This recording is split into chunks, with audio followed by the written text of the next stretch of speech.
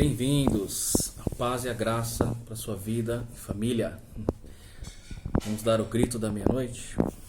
Nós já estamos, meus amados irmãos, amados amigos, já nos últimos dias. Eu sinto meu coração arder e aquecer. Tenho feito algumas reflexões espirituais e cada um de nós temos um propósito a cumprir, um chamado, né? A uns Deus requer a evangelização, a outros um ato de caridade, a outros exemplos na própria família, que é o mais importante. Muitas vezes ministérios, né, como Deus diz, está escrito através das cartas de Paulo, que a uns Deus constituiu por profetas, outros para mestres do ensino, outros para curar e assim por diante. O importante é o corpo de Cristo sempre ter sua função, cada um com sua finalidade. Eu quero trazer hoje uma reflexão para os irmãos, bem rápida, vou procurar ser preciso em algumas reflexões espirituais. Como havia comentado no post de hoje, nós estamos em um despertar muito importante. Nós já se aproximamos dos últimos 7 anos dessa transição de milênio que vai acontecer. Vocês já perceberam como de 2020 para cá muitas coisas mudaram? E é uma coisa que meu próprio exemplo, eu aprendi errado e hoje eu cheguei a uma conclusão, meus irmãos. Aquela profecia de Daniel, que está escrito que quando vier a abominação da desolação, quando estiver no lugar santo, quem lê entende.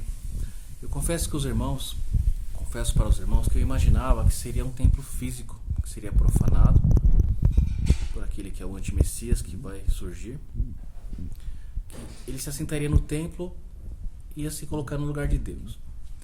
Esse pensamento eu tinha, isso foi até ensinado. Isso é ensinado em muitas igrejas. E é ensinado também que um grande sinal da transição do milênio ou para a volta de Cristo, que antecede o retorno de Cristo, seria justamente a construção de um templo que vai acontecer em Israel. Eu também pensava desta forma e tem doutrinas por aí que ensinam até hoje isso. Quando nós começamos a estudar, meus irmãos, a aprofundar, ao examinar as Escrituras, tem doutrina que infelizmente proíbe até isso, incrível que pareça, né? Quando nós se aprofundamos e notamos que quando você usa os termos as duas casas de Israel, a transição das alianças, as referências do milênio, né? Principalmente esses 3 assuntos, os tempos determinados, são os moedas, importantíssimos, as festas, as alianças de Deus, né? As 2 alianças e os moedas, que são os tempos determinados. Quando você começa a entender essas coisas, são as chaves cruciais que Deus deixou para o entendimento da lei, dos profetas e do Apocalipse, do próprio Evangelho, há um despertamento. Acontece realmente aí o grito da meia-noite em nossa alma, no nosso espírito. Nós só começamos a entender as Escrituras, meus irmãos. É duro isso, mas a Bíblia diz que Deus transtorna a ciência dos sábios, né? Faz com que os entendidos caem por terra, né? Porque Deus não precisa daqueles que estão preparados. No sentido, veja bem, de saber tudo, de ter tudo com conhecimento prévio, comparando com as coisas do mundo, né? Hoje a ser resolvido nas coisas, digamos assim, porque Jesus veio para os doentes, né? Para os fracos, para aqueles que se fazem realmente pequenos, né? Aqueles que têm humildade, na verdade, é isso que Deus enxerga, Deus vê o coração.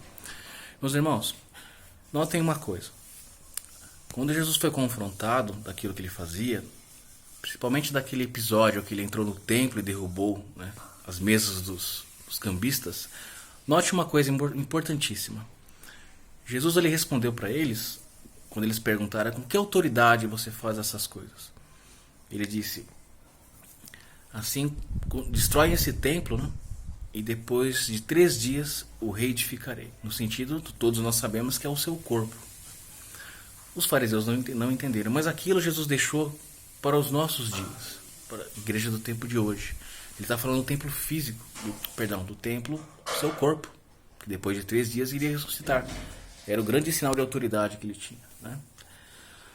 E quando nós falamos de reconstrução do templo, da mesma forma, meus irmãos, Deus é muito categórico em usar enigmas para confundir novamente os sábios, os entendidos, né? E revelar os pequeninos, aqueles que realmente de coração buscam conhecimento e querem a salvação. Esse templo, meus irmãos, tem referências bíblicas, né, que Deus já usou até no Antigo Testamento, que Deus não habita em templos feitos por mãos de homens, no sentido de que o céu é o seu trono e a terra é o escábulo dos seus pés, né?